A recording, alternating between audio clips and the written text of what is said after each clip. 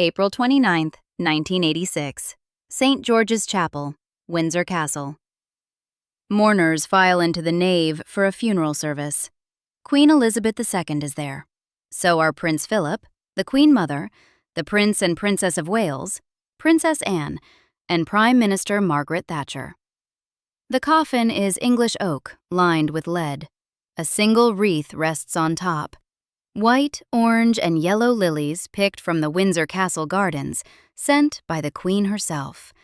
The silver plaque reads, Wallis, Duchess of Windsor, 1896 to 1986. No HRH prefix. Not on the plaque, not on the gravestone either. There is no funeral address, no eulogies. Per her own wishes, no direct references are made to the Duchess during the service at all. Only once, in a prayer, does the Dean of Windsor acknowledge her existence. He calls her our sister. Then the choir plays Edward Elgar's Nimrod as the coffin is borne out through the nave in the arms of 8 Welsh Guards. The people who filled the pews stand. Outside, on the road to Frogmore, the hearse moves through private grounds. At the royal burial ground at Frogmore, 15 people stand at the grave. The Queen, Prince Philip, the Prince and Princess of Wales, the Dean of Windsor, 2 royal household aides, the Dowager Countess of Dudley, and 7 members of Wallis's personal household. Wallis Simpson, Duchess of Windsor, had died 5 days earlier, on April 24, 1986, aged 89. Bronchial pneumonia, Buckingham Palace announced. She was just weeks short of her 90th birthday. Diana, Princess of Wales, reportedly said afterwards that it was the only time she had ever seen the Queen weep. Among those 7 household members at the graveside was a French butler whose surname the contemporary press recorded as Sanegre.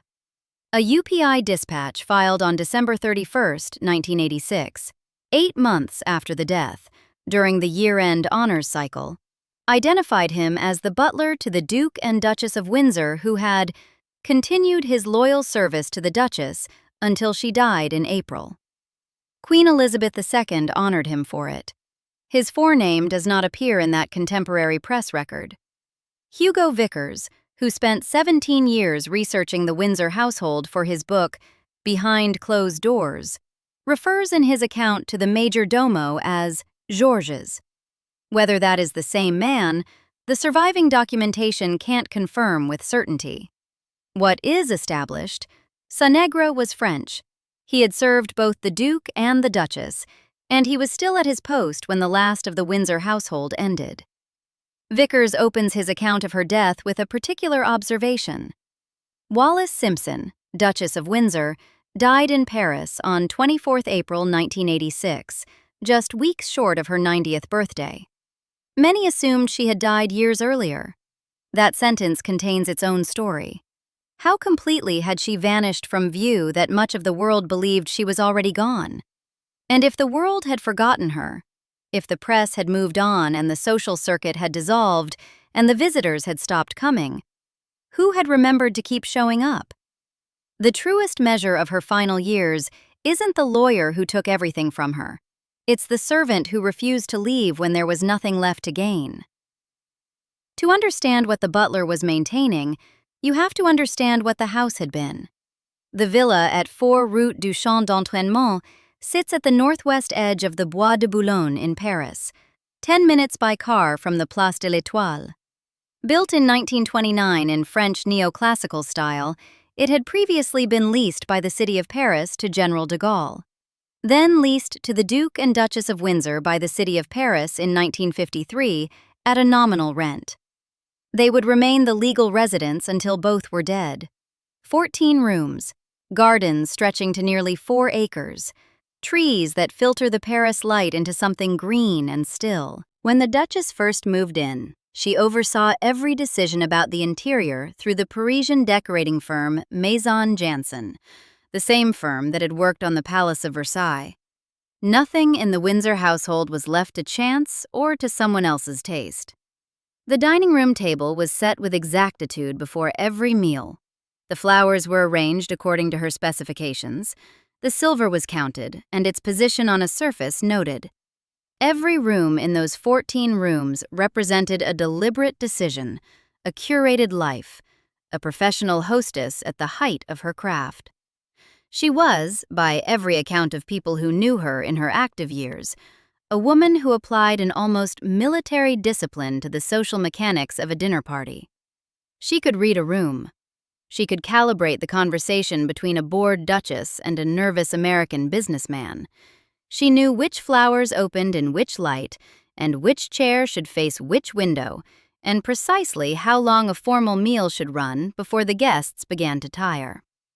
Richard René Sylvain, who worked at the American Hospital of Paris in the 1970s and interacted with the Duchess in those early widow years, described her as someone who had run an immaculately presented household, whose organizational intelligence was visible even in a simple private lunch.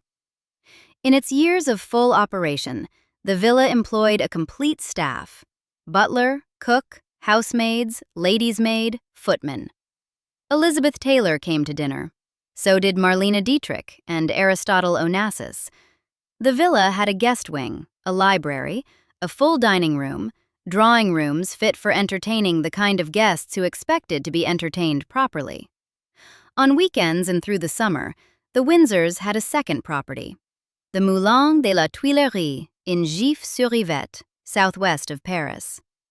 The social machine of the Windsor household was, at its peak, a seriously organized and carefully maintained system, presided over by a woman who had strong and exacting opinions about every surface, every arrangement, every seating plan in every room. The house was built around the most expensive choice of the 20th century's first half. Edward VIII abdicated the British throne on December 11, 1936. He had been king for less than a year, ascending upon his father's death in January and abdicating in December after the constitutional crisis produced by his determination to marry Wallis Simpson, an American divorcee with 2 living ex-husbands. His brother became George VI. Edward was made Duke of Windsor. 6 months later, on June 3, 1937, he married Wallis at the Château de Condé in France. She became the Duchess of Windsor. The royal family denied her the style of Royal Highness, a deliberate exclusion that Edward treated as a personal insult for the rest of his life, insisting that his own household staff address her as Your Royal Highness, regardless of the official policy. The marriage lasted 35 years. Whatever else it was real and chosen and maintained at considerable cost by both of them. In October 1969, roughly 2.5 years before the Duke died, the couple gave a joint interview to BBC journalist Kenneth Harris. It was filmed at the villa in the Bois de Boulogne. 2 people in late middle age, in their own sitting room, talking about a choice that had defined the whole shape of their lives. When Harris asked Wallis if she had any regrets, she paused before answering. "Oh, about certain things, yes. I wish it could have been different, but I'm extremely happy." Then she said, "We have been very happy." And Edward reached across and clasped her hand. That gesture, in that villa, on that chair, in that sitting room they had decorated together, was one of their last public appearances together. He was diagnosed with throat cancer the following year. On May 28, 1972, he died at Villa Windsor. Queen Elizabeth II, Prince Philip, and Prince Charles had visited him in his bedroom at the villa a few days before the end. The Queen came upstairs to sit with her uncle, then appeared downstairs with Wallis in a photograph. Then the royal party left. A few days later, the Duke died. The private correspondence between Wallis and Edward covers the years from their first meeting in 1931 through the abdication crisis and up to their 1937 marriage. The years when everything was being decided, when the stakes were at their highest, when 2 people were writing to each other across the accumulating uncertainty of what their lives were about to become. Michael Block edited those letters and published them in 1986. the year Wallis died, in a collection titled Wallis and Edward, Letters 1931 to 1937. Contemporary reviews recorded that publication was Wallis's own wish. She had specified that this correspondence be released after her death. Her posthumous answer to 50 years of speculation about her motives, timed entirely on her own terms. 3 days before her burial, the Daily Mail serialized excerpts in a special pull-out supplement. The woman who had maintained an absolute silence about her private life for 5 decades released its most intimate documents only once she was no longer present to be questioned about them. The letters themselves show something more complicated than legend allows. Edward's writing is often needy, written in baby talk and private nicknames developed between them over years. He calls himself a boy and Wallis a girl, signs himself David, which was the name used by those who knew him well. "A boy loves a girl more and more and more," he wrote. "God bless W.E." He sent telegrams from ship's radios. "Good morning, we all say, more and more and more." He referred to himself and Wallis together always as we, a unified noun, capitalized. In his own letters, he had ceased to exist as a separate entity. Wallis's letters are more controlled, more watchful, sometimes ambivalent where his are declarative. Her letters to her Aunt Bessie in America, which also formed part of the collection, track the rising social pressure and domestic anxiety of the period with a kind of practical intelligence. She was worried about money, about press coverage, about the legal complexity of the divorce proceedings, about whether she understood herself at all. "I feel small and licked by it all," she wrote from Felixstowe in October 1936, where she had taken up temporary residence so that her divorce hearing could proceed quietly at the nearby Ipswich assizes. It didn't stay quiet. American journalists were out in force. What the letters confirm is that the Windsor marriage wasn't a fairy tale. The relationship that emerges is the record of 2 specific people who built a private world together, complete with its own language, its own weight, its own humor and frustration, and who chose to maintain it through decades of social exile. The house in the Bois de Boulogne was built on the foundation of that correspondence, everything in it, the decorated rooms, the full staff, the organized social machine, existed because of what those letters represented. Someone had to keep that world running. Someone had to maintain the house that held all of it. At the time of Edward's death in May 1972, Wallis was already suffering from mental confusion caused by arteriosclerosis, the hardening of the arteries that progressively reduces blood flow to the brain. Her cognitive decline had begun before she was left alone in the villa. She traveled to London for the Duke's funeral. She was received at Buckingham Palace, carefully, briefly, by the family that had spent 3 decades maintaining a polite, ceremonial distance. The Queen Mother, her old adversary, attended the funeral but not the graveside burial. Then Wallis returned to Paris, to the 14 rooms in the Bois de Boulogne, to a household that was now entirely hers, and entirely empty of the person she had built it with. For a year or 2, she tried to hold things together. She was seen occasionally at Chanel. She still attended meetings of the American Hospital of Paris, the one charitable organization she actively supported, the one she had told Sylvan represented her primary public commitment. Those who encountered her in those first widow years described someone still intellectually present, but increasingly anxious about her health and about her finances. Even though the Duke had left his Swiss bank account in reasonable order, the fear of poverty was a persistent anxiety she couldn't shake. She was sick and insomniac, terrified of break-ins at the villa, worried about the tax position of an expatriate's estate in France. 3 fears that made her dangerously susceptible to anyone who offered to help manage them.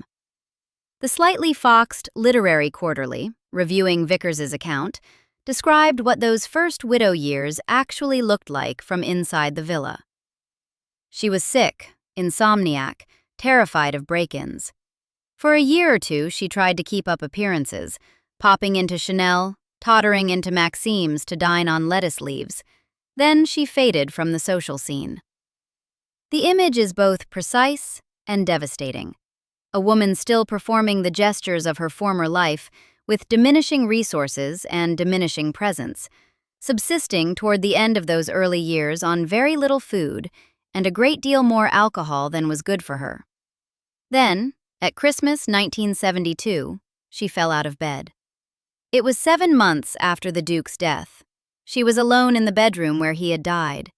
She fell, and she was in considerable pain, but she didn't receive prompt diagnosis or any proper treatment. No one moved quickly enough. Only in the new year, 1973, was it recognized that the 76-year-old Duchess had broken her hip.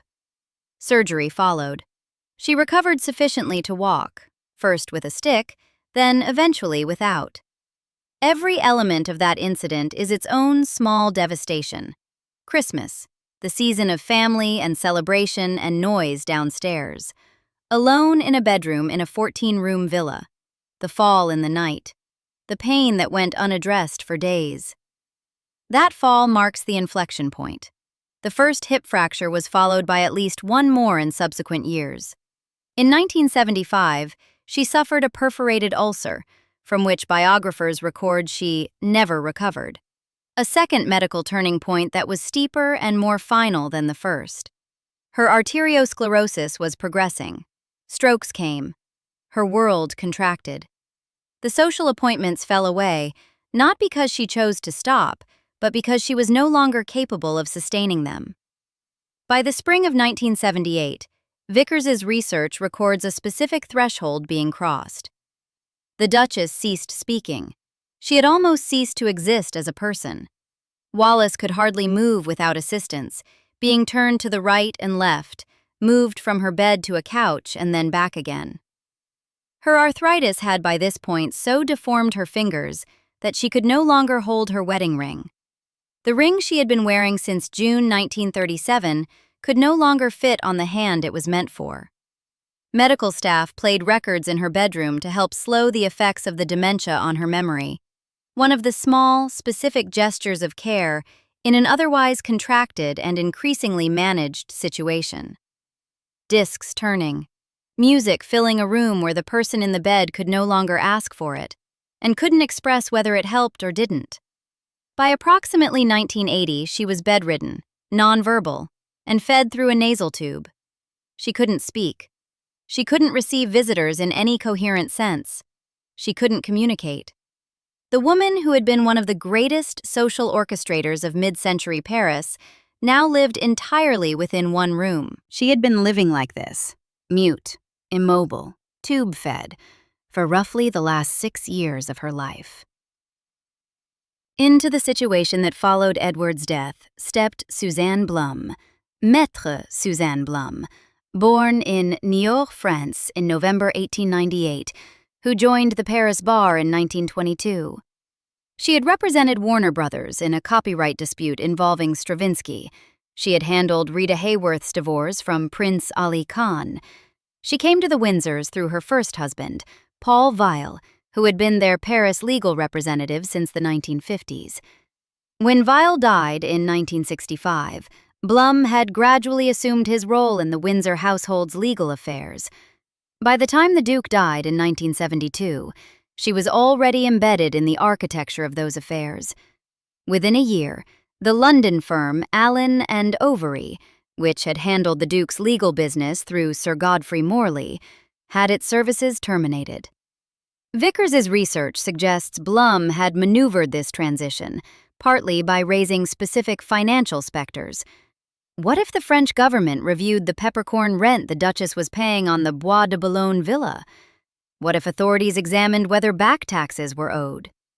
For a woman suffering from arteriosclerotic confusion and newly widowed and already frightened about money, these weren't abstract concerns. They were the exact fears she was already carrying. Blum made herself the person who could protect against them. The mechanism deepened methodically over the following years. At some point in the late 1970s, the documentation gives the timing approximately, Blum arrived at Villa Windsor with a notary and a power of attorney document. The Duchess's hands were, by this point, so deformed by rheumatoid arthritis that she couldn't hold a pen to sign anything. A notary's clerk obtained verbal assent after reading the document aloud in French. When the Duchess asked for an English translation, she was told the document merely confirmed arrangements already in place. Whatever she had verbally agreed to gave Blum, in Vickers's assessment, as near full control of the Duchess as she could have. The legality of that power of attorney was never established in a court of law. Vickers and others describe it as possibly forged. Blum was challenged over many years by biographers and journalists to produce it for inspection. She never did. The Independent's obituary of Blum, written when she died in January 1994 at the age of 95, noted that she had been repeatedly challenged to produce evidence of the Duchess's wishes and to show that she held a valid power of attorney, and that she had published virtually everything except that authority. She presented herself throughout as the Duchess's guardian, her testamentary executor, the defender of her moral rights and interests. She fought publicly and litigiously against the Granada television series Edward and Mrs. Simpson, arguing that it dishonored the Duke and Duchess. She was determined, she said, to remold the image of the fun-loving, jet-setting Duchess into a dignified, hard-working, serious woman. What she did with whatever authority she held was documented by others. In 1978, she dismissed Johanna Schutz, the Windsor's long-serving secretary, who had made a promise to the Duke himself on his deathbed to remain with the Duchess. A promise extracted at the most serious moment of a person's life, and then overridden by someone else's administrative decision a few years later. Around 1980, journalist Caroline Blackwood, novelist, daughter of the Marchioness of Dufferin and Ava, commissioned by the Sunday Times of London to write a final piece about the Duchess, traveled to Paris. Blum refused her access to Wallis, entirely. Blackwood spent her time in Paris conducting 3 interviews with Blum instead. She wrote about the experience in The Last of the Duchess, published in 1995. The New York Review of Books described the resulting book as depicting Wallis sequestered in Paris by Maître Suzanne Blum, who was obsessed with her and kept her officiously alive and isolated. Blackwood described Blum herself as terrifying, a woman whose mystery she could approach but never fully enter. Lord Mountbatten, who had enough personal history with the Windsors to concern himself with what was happening, tried to raise an alarm about the Duchess's situation. Blum outflanked him. His death, from an IRA bomb at Mullaghmore Bay in August 1979, removed the Duchess's last royal advocate, the one person inside the extended family who had been monitoring her circumstances and who had the standing to push back. A night nurse named Elvire Gozin, who served Wallis for 10 years before her death, reportedly traveled to London to warn the palace directly of the Duchess's deteriorating condition. No documented response exists. During the years of Blum's management, items began moving out of the villa. Paintings, porcelain, antiques. Some were donated to French national institutions, the Louvre, Versailles, the Musée de Sèvres.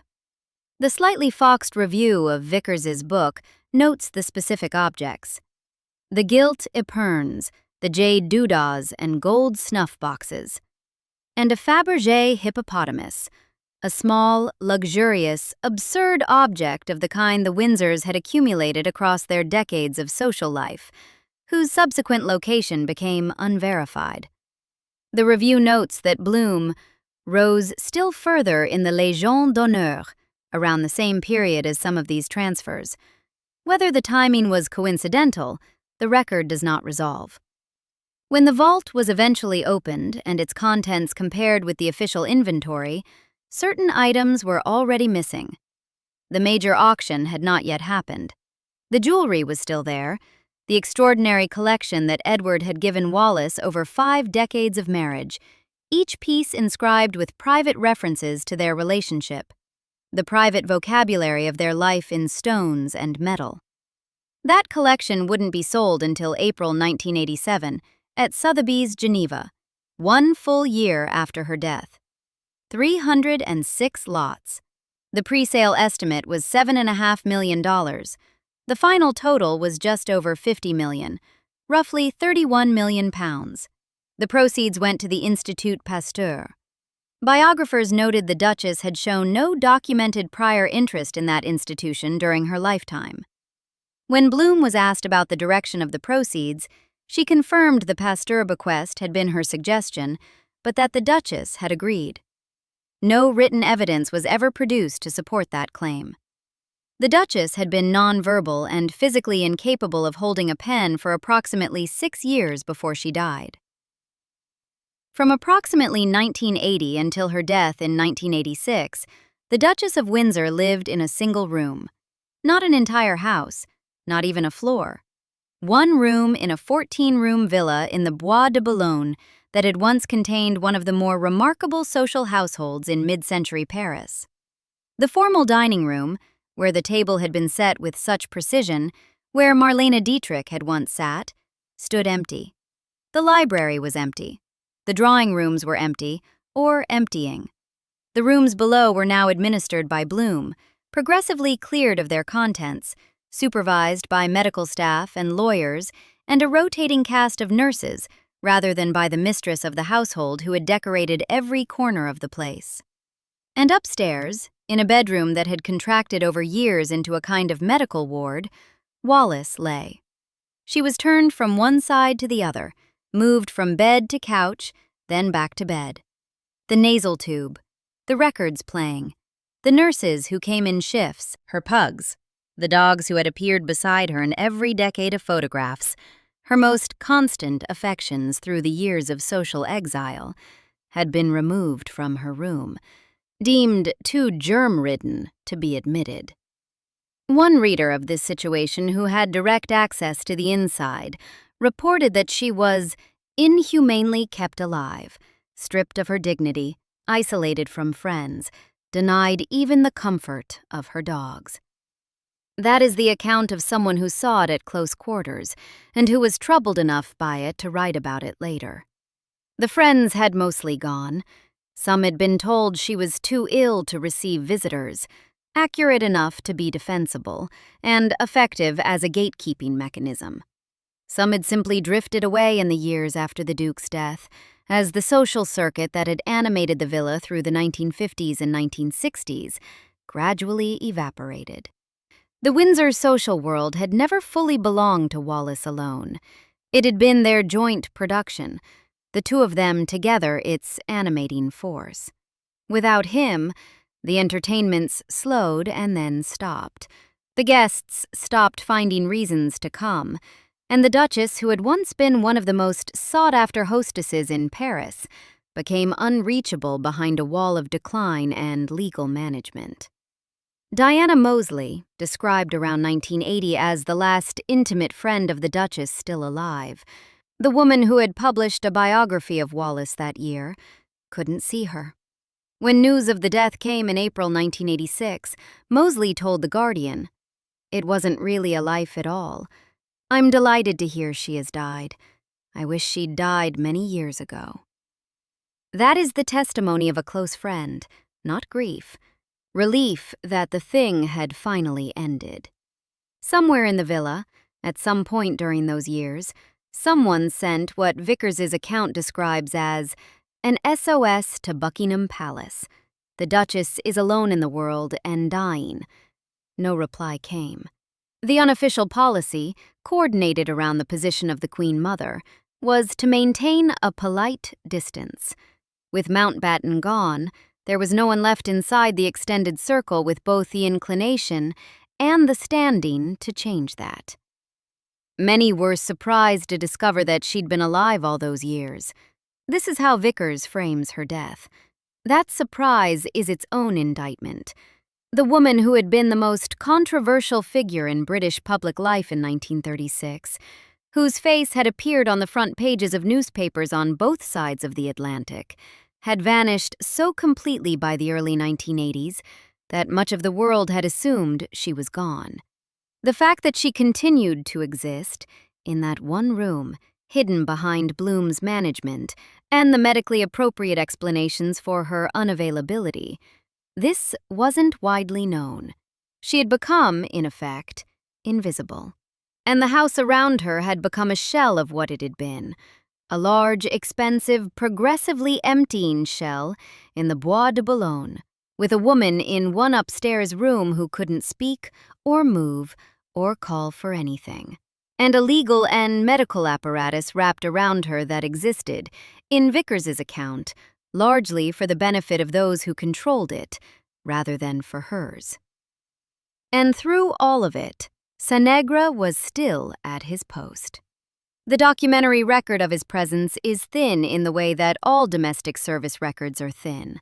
Servants don't generate press coverage. Their daily work produces almost no paper trail. What the historical record confirms is the fact of his continued presence and an official royal honor for it. Everything else must be inferred from the shape of that continued service against the documented facts of the Duchess's decline. He had been there when the villa was alive, when the Duke was still healthy enough to hold dinners, when the household staff filled the rooms with their respective functions, when the social demands of the Windsor calendar fell on every person employed below stairs. He had been there in May 1972, when Queen Elizabeth II came to the villa to see the Duke in his final days, one of the last high-protocol visits before the death, requiring the household to be presented to a reigning monarch who was simultaneously a family member. He had been there for the organized social machine of the Windsor years, the dinners, the guests, the silver that had to be counted and polished and returned to its exact position on the sideboards, the rooms that had to be prepared to the standards the Duchess applied without compromise to every aspect of her household. After May 1972, all of that contracted. The Duke was gone. The secretary was gone by 1978. The social calendar was gone before that. It had dissolved in stages rather than all at once, each season a little quieter than the one before. The friends stopped coming. The rooms began to empty. The Duchess above was past the point of directing anything. And Sanegra stayed. Try to hold in your mind what daily service actually looks like in a house, where the person the household was organized around can no longer communicate, where the social world has completely dissolved, where the rooms below are being administered by someone else for purposes that may not have been what the household was originally organized around. The butler's function in a great house is fundamentally about maintaining a standard, a visible standard, performed on behalf of and in service to the person whose household it's. When that person is bedridden and nonverbal on the floor above, the standard begins to exist in a strange kind of vacuum. You maintain it anyway. You show up. You do the things that constitute the post you hold. You keep the house running. You keep the silver. You answer the door when anyone comes, though fewer and fewer people do. You make the household present in the only way left available to you, which is to be there, physically, in the place where you have always been. Some people, when the money associated with a household begins to contract, and the purpose of the work becomes unclear, and the person they're working for can no longer acknowledge their presence in any visible way, find reasons to go. There is always a reason available. The work has changed. The prospects have changed. Someone else offered something better. The calculation tilts. The financial picture at Villa Windsor during Wallis's final years wasn't one of easy abundance. The Duke had left the Swiss accounts in reasonable order, but the management of those accounts had passed to Blum. What the household staff were paid, who authorized those payments, and how the employment arrangements worked under Blum's administration of the estate, none of this appears in the public record with any precision. What appears in the public record is that Sinegra continued to serve the household through this period without, as far as any available evidence shows, leaving or having any documented public complaint about the situation he was working within. Other people who had been part of the Windsor household spoke when they had the opportunity. Alan Fisher had served as butler to the Windsors for approximately 6 years, from 1954, before leaving and later serving the Prince and Princess of Wales. His memoirs, eventually found in Kenilworth and sold at Hanson's auctioneers, described the Duchess as a queen dictator who, in his view, never loved Edward. Fisher had things to say and, in the fullness of time, said them. He had served 6 years and left. Sinegra, who served until the last day, left nothing on the public record except the fact of his continued service and the Queen's recognition of it. And it's that recognition that changes the register of the whole story. Consider what it meant for it to come from that particular institution at that particular moment. The royal family had spent decades maintaining careful and deliberate distance from the Duchess of Windsor, the woman who had been denied the HRH title, whose status had been a source of bitter, ongoing dispute, whose marriage to the abdicated king had been the constitutional crisis of the preceding generation, and whom the Queen Mother had reportedly never forgiven or fully accepted. Queen Elizabeth II had attended the Duke's funeral in 1972 and the Duchess's funeral in 1986, both times as the head of an institution that had never quite resolved how to accommodate either of the Windsors within its official structure. The relationship between the Crown and the woman who had been wife to the man who had once been Crown was one of the most sustained and carefully managed cold shoulders in 20th century royal history. And yet, 8 months after Wallis died, the same institution honored the French butler who had stayed at her side through all of it. Official, governmental, royal. Acknowledgement of a private loyalty that almost no one had been watching, administered quietly through the year-end honors cycle by the Crown that had otherwise kept its distance. What Queen Elizabeth II decided to recognize in that December 1986 dispatch wasn't service to the Duke. It wasn't service to the institution. It was service to the Duchess, the one specifically, the woman who wasn't HRH, the woman the institution had for decades declined to fully acknowledge. Service continued until she died in April, as the UPI report phrased it, through the years when the household had hollowed out and the rooms had emptied, and the woman in the one upstairs room couldn't have known whether he was there or not. The Crown noticed. It just took 8 months to say so. Wallis Simpson died at Villa Windsor on April 24, 1986, aged 89, bronchial pneumonia. The house at 4 Route du Champ d'Entraînement, Bois de Boulogne, Paris, where the Duke had died on May 28, 1972, where she had lived for 33 years, where she had organized and decorated and hosted and, finally, simply occupied, was where she died, just weeks before her 90th birthday. The woman who had been the most argued-about woman in Britain in 1936 died in a bed in one room of a 14-room villa, and a significant portion of the world had assumed she was already gone. Her body was flown to England by an aircraft of the Queen's flight and escorted by a 7-car cortege to Windsor. Flags flew at half-mast on government buildings. Floral tributes arrived from around the world. A period of formal mourning was observed from April 25th through April 29th. The service at St. George's Chapel concluded. 8 Welsh Guards served as pallbearers. No eulogies, no address, no direct references to the woman in the coffin except the single phrase, "Our sister," used once in a prayer by the Dean of Windsor. Then Nimrod played, and the pallbearers carried the coffin out, and the hearse moved through private roads toward Frogmore. At the graveside, 15 people. The Queen. 7 members of Wallis's personal household stood among the 15, the butler among them. She was buried beside Edward, as she had been beside him for everything else that had mattered. The gravestone reads, Wallis, Duchess of Windsor, without the HRH that had been denied her since 1937. The estate went largely to the Institut Pasteur in Paris, described as a tribute to France, which had provided her a home for nearly 5 decades. The royal family received no major bequests. Her Paris mansion and some of her other possessions were later acquired by Mohammed Al Fayed, who signed a 50-year lease on the villa and had it extensively renovated at a cost of roughly $14 million. In July 1997, Al Fayed announced an auction of Windsor possessions from the villa. Members of the British royal family were believed to have purchased items from the collection, though they were never publicly named. The villa is currently being restored as a museum by the Mansart Foundation, the first time in its history that visitors will be permitted inside. Eventually, people will walk through the dining room where Marlene Dietrich sat, through the library, through the 14 rooms that once constituted one of the most carefully maintained private households in mid-century Paris.